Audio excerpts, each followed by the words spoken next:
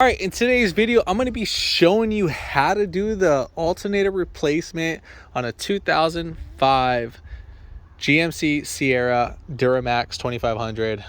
This is a 6.6.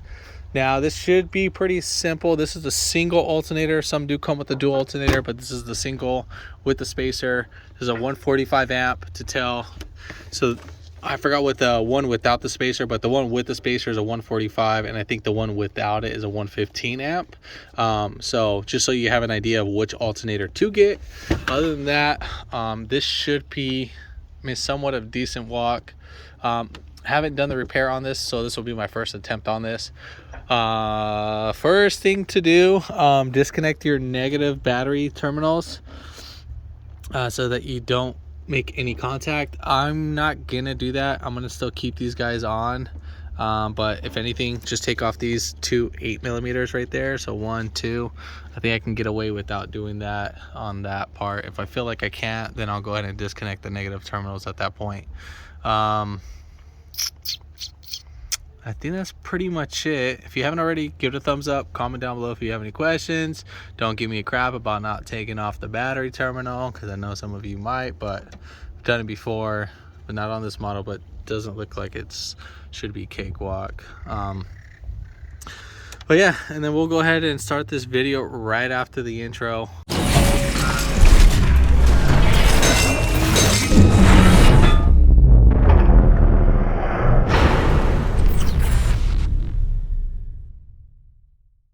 The first thing what we're going to go ahead and do, we're going to go ahead and disconnect our mass airflow sensor. Now, there's a little tab right here. You just pull that back and then just grab right here. Don't yank on the wires. And then we are going to go ahead and take off this 8mm or a flathead. You can use a flathead. We're just going to take off this little piece right here.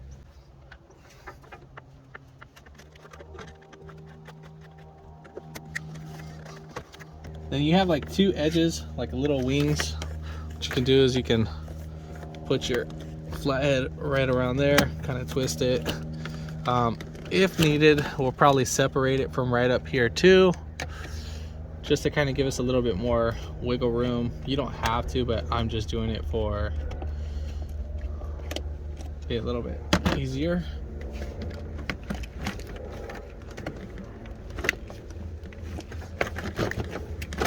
And then you'll just kind of finesse it back and forth. If you need to, just loosen it.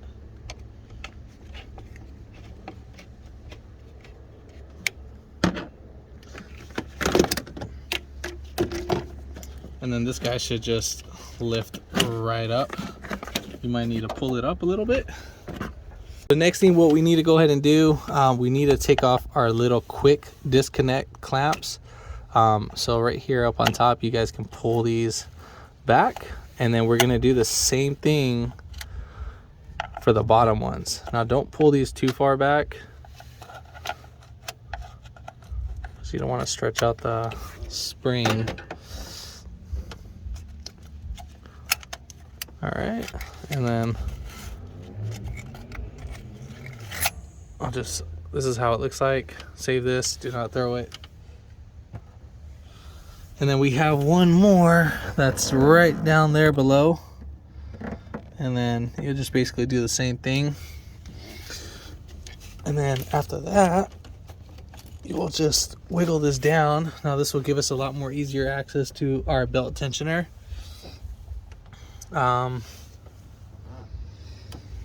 Let's see, what's the easiest way?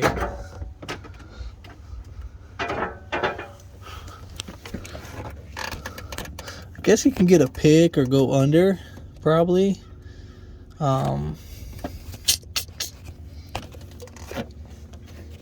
It's kind of hard to say. Can't really access it too much, but I think from up on top it should be fine. It's gonna be kind of hard to show.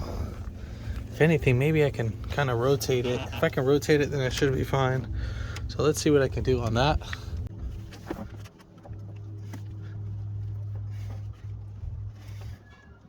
Yeah, definitely not be able to rotate.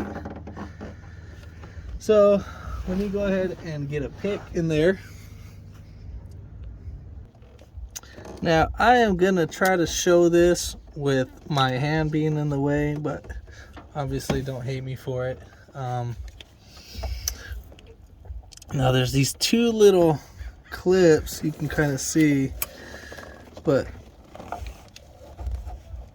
it's really hard to take out. I think we'll just get it from under. We'll just go under and do it.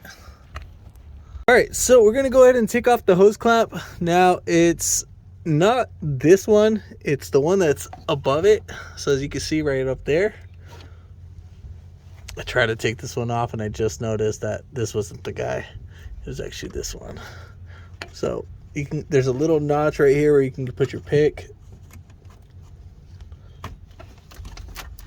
My flashlight just died, so all you're gonna do is put it in there and pick it back, and then you should be fine like that. And then we'll go back up on top and pull it up.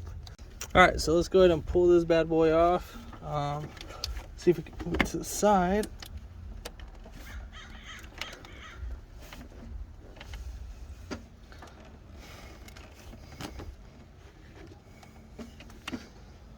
I'm gonna see if I can pull it out this way, and then we can try to push down. So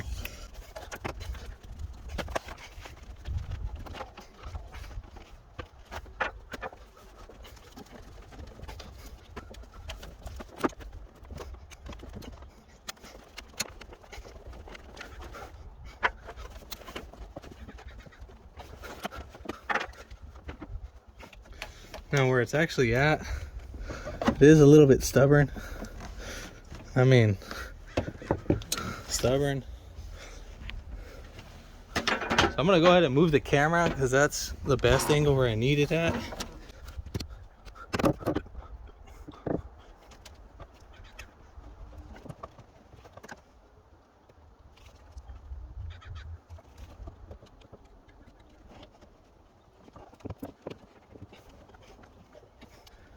Dude, I'm really having a hard time with that. It shouldn't. Should just pop right out.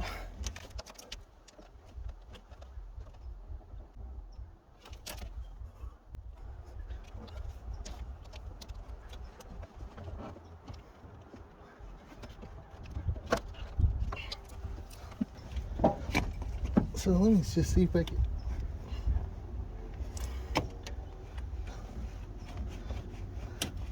Yeah, there's no way that I'm gonna take this off. All right, I think it moved a little bit. All right, there we go. All right, cool. So we got it out. And then we're just gonna push this guy back down.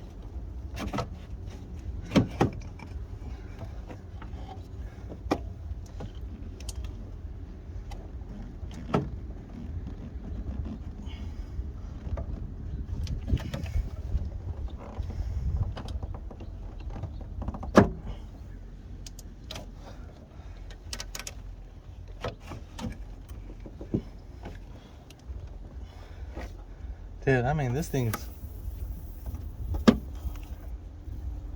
Well, that's loose. Fix that later. But... Alright. So push down on that and pull it out. The little snap ring is what came off. And then this little guy was like that. But man... I mean, my life really depended on it. This thing was a pain in the butt to get out. So what I did was I grabbed this clamp, pulled back, while keeping my hand right here and wiggling it. The whole point is not to like lean forward in one direction, it's to kind of like pull it out evenly. And then just get your clamp and then put it back on when we're ready for the install. And then from there, at this point, we have easy access to our belt tensioner. We're also going to be replacing the belt in this. So right here, we're going to go ahead and stick a 1/2 inch ratchet right here. There's a little hole. I'll show that right now. So going like this, that's where you'll put your ratchet at. No sockets are needed, just the ratchet on that part. So here's part of the ratchet that we're going to be doing. So you're going to be pulling it counterclockwise.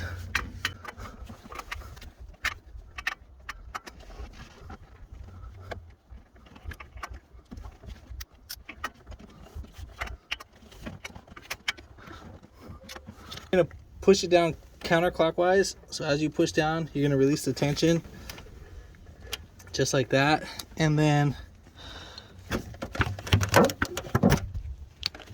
coming right up here, so as I'm doing that, we're gonna go ahead and release the actual belt up on top. Well, I thought I was recording when I was taking off the belt, but I guess I hit the pause button. All I've done so far was just remove the belt from the pulleys, and then I just been pulling it from right here. So as we're feeding the belt through here,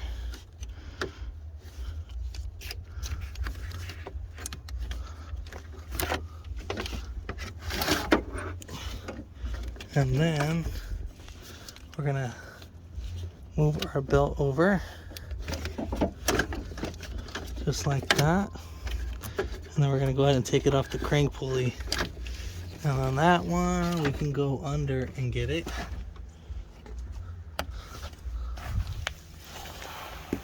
So we need to remove either our little shield, or we can just kind of fit our hand through here and just push it back.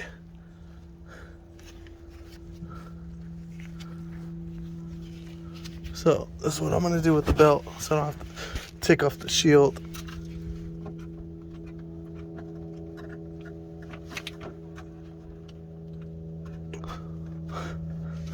All right, so I lifted it up so it's not on the actual pulley.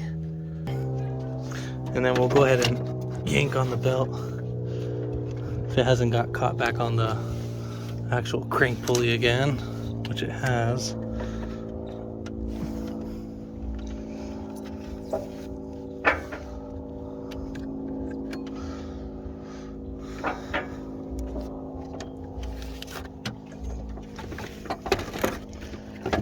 So anyways, you kind of get the gist. So I'm gonna get it off the actual crank pulley in the time being.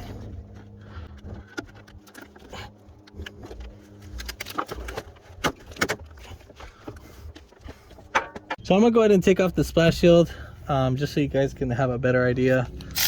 And then there's gonna be two 15 millimeters, or four total, so one right here, one right there, one right there, and one right here.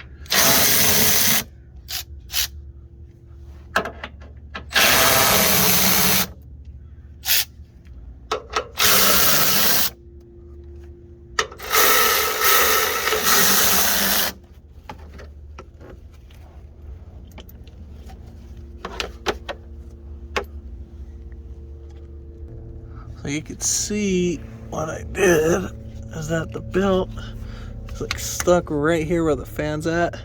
So what I'm gonna do, so I'm just gonna kind of help feed it. I don't want to pull on it too hard. I don't want to destroy the fan. But what I'm doing is I'm just kind of feeding it with my finger.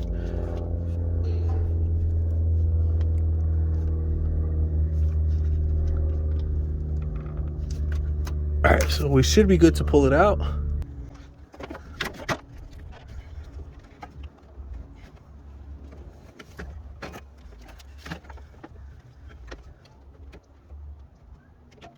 All right, so we got out our belt. Now, the reason why we're replacing this is because you can see how cracked it is. All right, so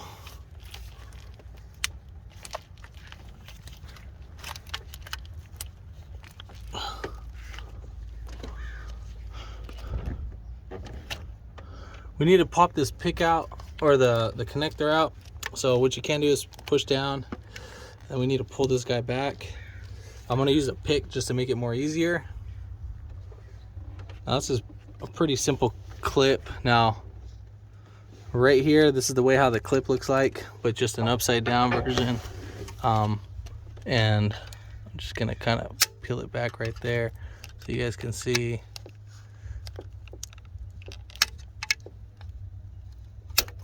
All right, so we got that out. Inspect your connector. Make sure nothing's damaged. Everything looks fine, nothing looks bent. Keep that in a little safe spot. And then we are gonna be taking off our two 15s. So we got one right here and one right there.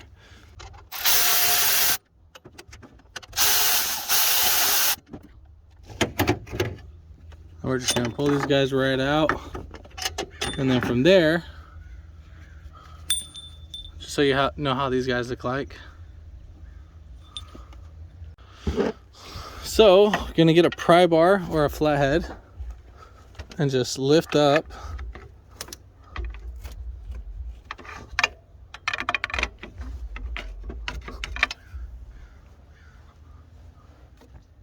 Now be careful you don't lift up too much, because then you might destroy this guy, that little connector. And then that little connector right there is a coolant temperature sensor.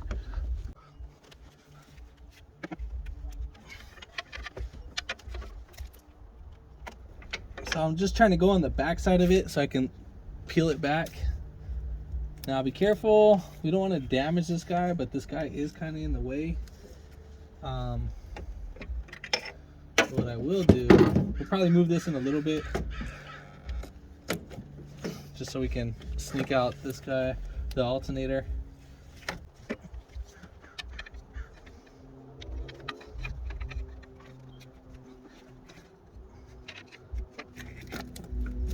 All right, now that we got that,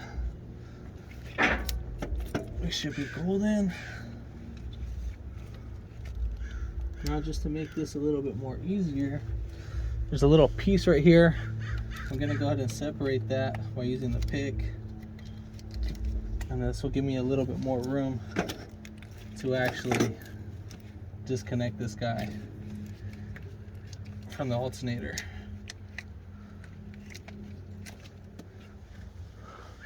So this is a 10 millimeter right here.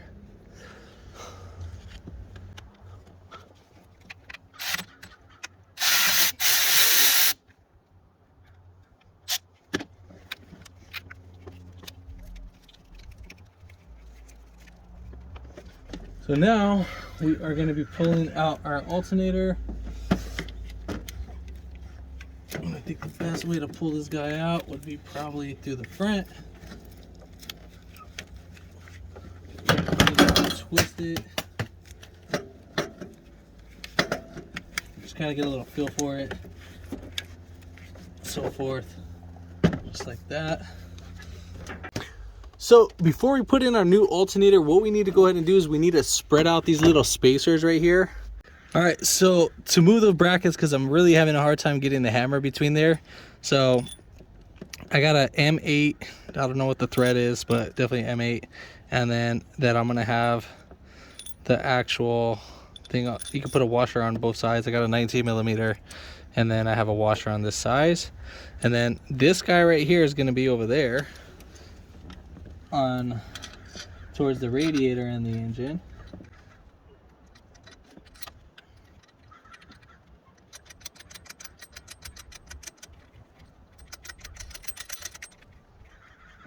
And then we're just gonna tighten this down. There's no way you can go past it. So yeah, that's pretty much it on that point.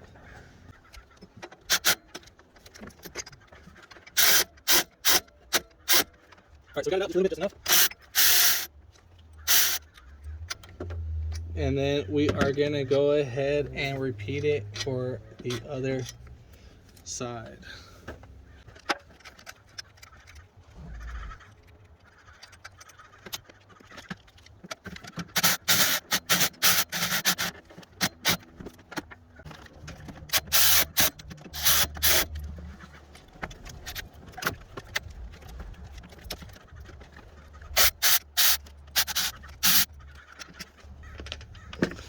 All right, so now let's go ahead and test on our alternator and see how it fits. It should go in now.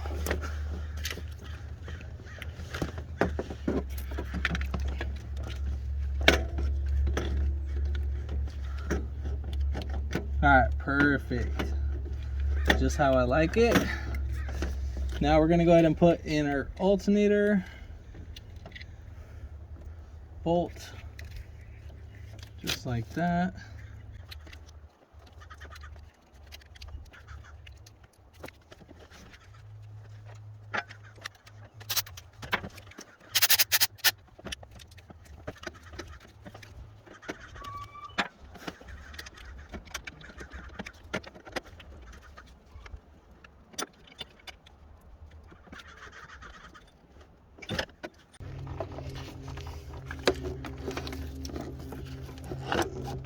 so I had an issue with this alternator. Looks like it was dropped during shipping, so that's why I couldn't get on this little bolt, so I had to just drill it out just a little bit.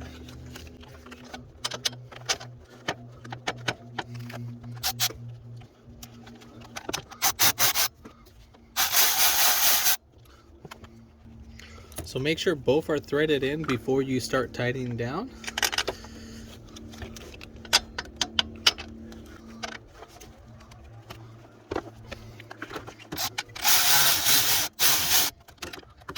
Then once you tighten it down, or once you got both bolts in, then just go ahead and bolt it down.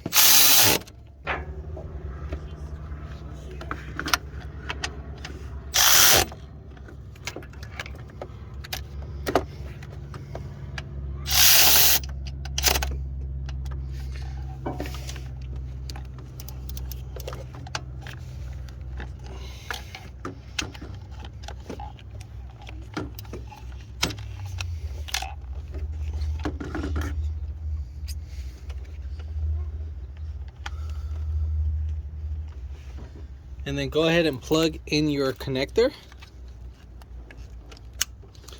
And then we're gonna pretty much go ahead and start putting on the belt. Now to put that guy on, really can't say too much on how to put it on. All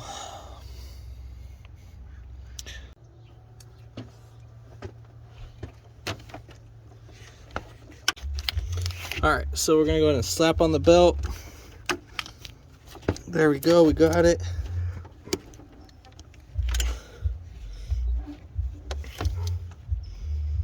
And then that's pretty much the hard part. Putting on the belt wasn't that bad as I thought. Just double check. So you see how I kind of have it off just a little bit. I'm not really stressing about that. I'll go ahead and fix that right now. Just double checking everything else. Everything looks good. So when we put on our clips, make sure you have these guys on.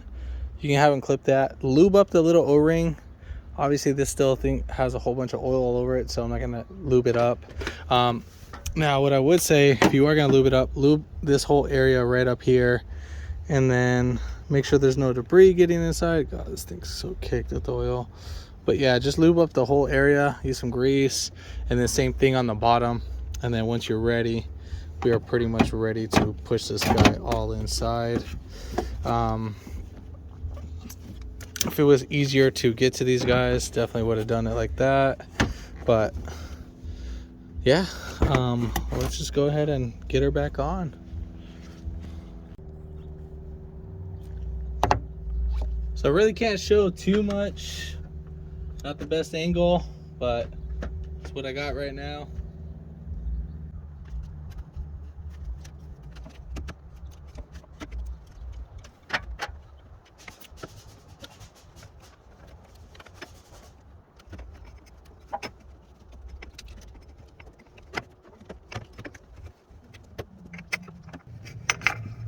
So I don't have the bottom in yet. What I'm gonna do is I'm gonna put actually the top in first.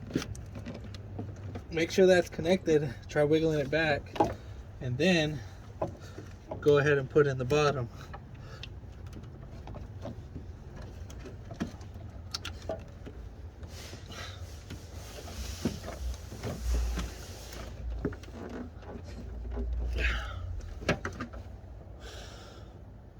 So we have both in. It's actually a lot more harder to get it out. Put it back in.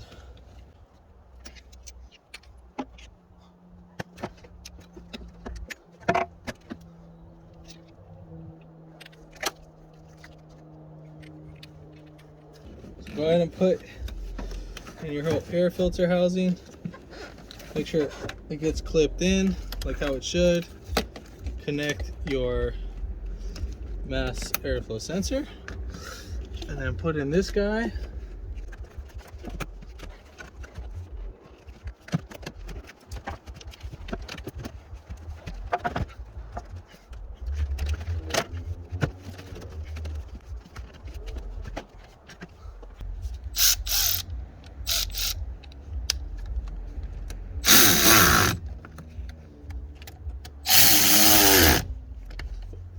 And that's pretty much it. So we're gonna go ahead and start the vehicle.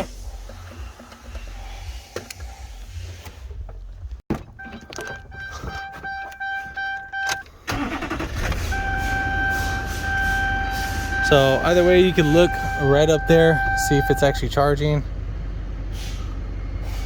Starting to go up slowly.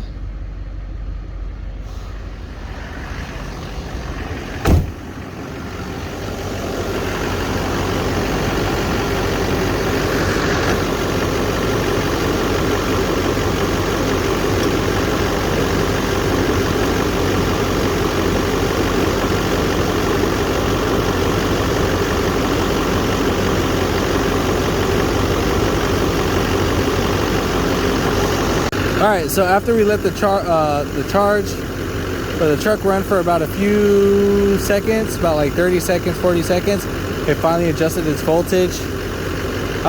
Just most likely because this battery was super low on that, so it was just trying to correct itself and regulate whatever voltage it needed to. So if initially you see the voltage pretty low in the beginning, just give it 30 seconds to a minute and then wait from there. As of right now, we're golden. And come in on the inside, make sure you don't see no battery light. And that's pretty much it. If this video helped you out, give it a thumbs up, comment down below if you have any questions, and hit that subscribe button for more coming videos in the future. And thanks for watching.